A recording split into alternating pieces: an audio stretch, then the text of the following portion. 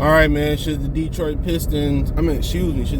Lions keep Romeo Okwara? Let's talk about it. Check out Detroit Lions Talk playlist. Thumbs up the video, share the video, subscribe to the channel. And the subscribe button is the bell icon button. As we know, the Lions are in position to draft an additional edge rusher. They had some guys arrive last year. John Kaminsky kind of arrived. James Houston arrived. Obviously, we know what Aiden Hutchinson do. So they got a couple guys out there. Obviously, Austin Bryant is important to what they do on special teams, to be real. And so they got, they can add something in the draft at any given point, and you can get rid of them and save some cap. Not sure what the dead money is. They cap is healthy. It's cleaner than it's been in years, and that was Brad Holmes' objective when he first got here. Was to clean up the cap. And people say, well, he didn't go do more free agency. You didn't need to. You're the youngest team in football. You weren't expecting a quick turnaround. I don't know why people in Detroit happen for something quick. When you like this, only way you're going to have a quick turnaround if you add a generational talent like Joe Burrow, Peyton Manning, somebody like that. And still, it took a little bit of time for them to get the whole season or two, for some of them to get their feet wet. So, but at the end of the day, they got talent at that position. Charles Harris and Romeo Okwara might be out, and they might be going with a youth movement down there. Michael Brocker's probably for sure gone. They're gonna save some money by cutting him. So, like I said before, if you up in the draft and you can't get to Jalen Carter and the next best guys at pass rusher on the board, you take them. You might as well go ahead and clear that space. And go ahead, and he the best person on the board, go ahead and take him. Even though you need more of a kick from the inside. But, like some people say, free agency, you can do that. But I'm not about to overpay for them free agents neither. I'd rather overpay in draft capital than overpay in money. Especially some of them dudes in the trenches got a lot of mileage on their body. So that could be the difference. I don't know if this dude turning or the bus driver was just sitting here. It's a great question. He got his hashes on.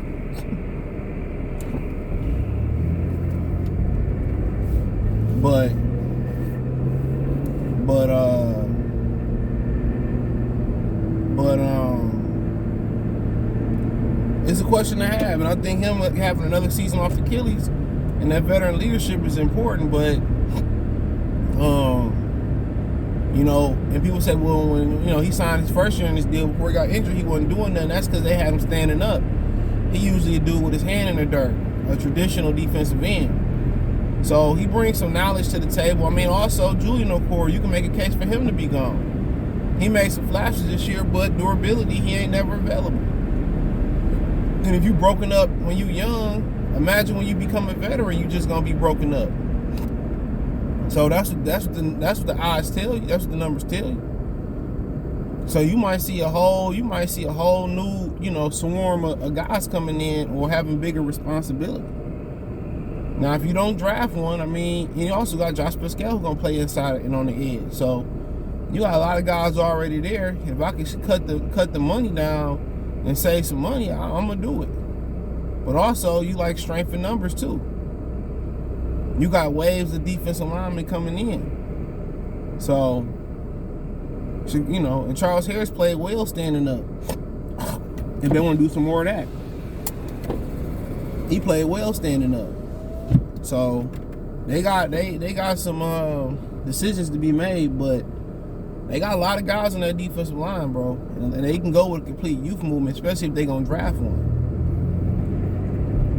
They can go for complete youth movement, but their biggest hurdle is the interior lineman. Somebody that can stop the run and first and foremost rush the passer from that position. That's kind of what they missing. That's exactly what they missing.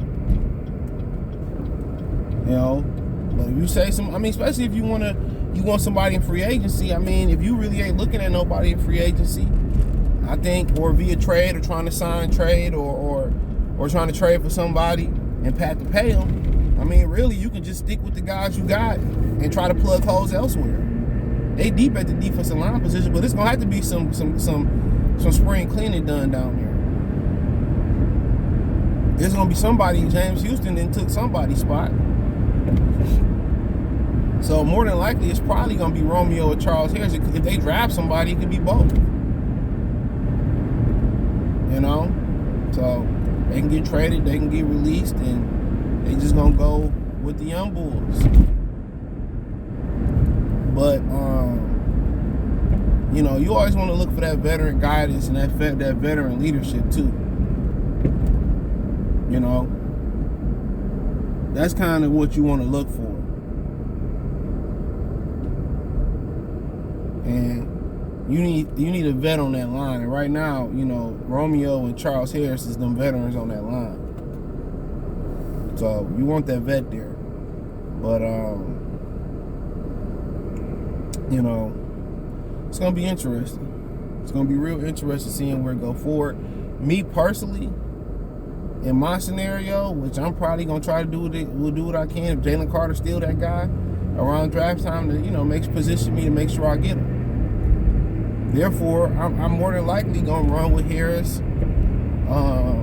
Romeo, Hutch, Pascal. Hopefully, Anazorki come back. Malim McNeil, Bugs, Benito Jones, Kaminsky, and maybe Julian Okwara. I'm gonna let the dice ride with them. But if I can't, in that Texas Tech edge is the best one, or the kid from Clemson, the edge is the best one.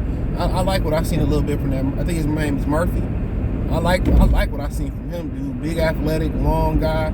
Kind of puts you in the mind frame of Aiden Hutchinson. Like when he get in the quarterback's radar, when he get in that range, he got a great burst to close the speed and bring him down. He long and athletic. He played the front side too in Clemson.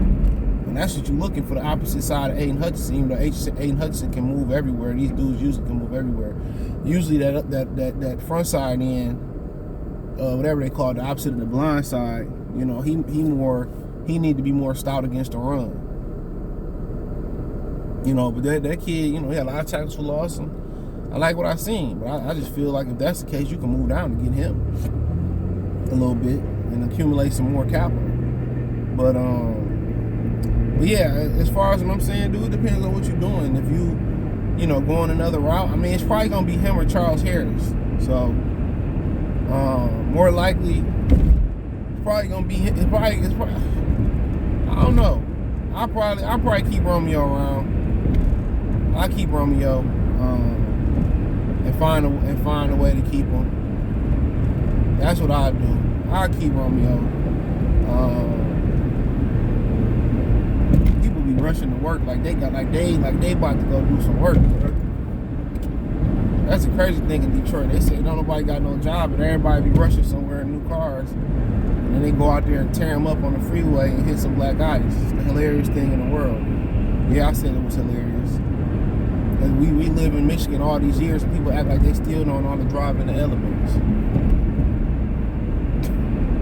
And then you see their car at their house all smashed up because they ain't have it full coverage or insurance at all. But, you know, it is what it is. Check out Detroit Lions Talk playlist.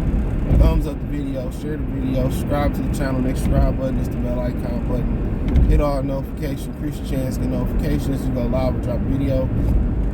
Financially want to support the channel, Cash App, $CJ Good313, Venmo CJ Good313, PayPal link description. Hit the link tree, find me on Twitch, Twitter, Instagram, Spotify, Anchor, or Twitter, Instagram, Spotify, Anchor, Facebook, Cash App, Venmo, PayPal, link tree, the first link in the description. Appreciate the love and support. One time for the one time Mercy Sports Talk. Peace.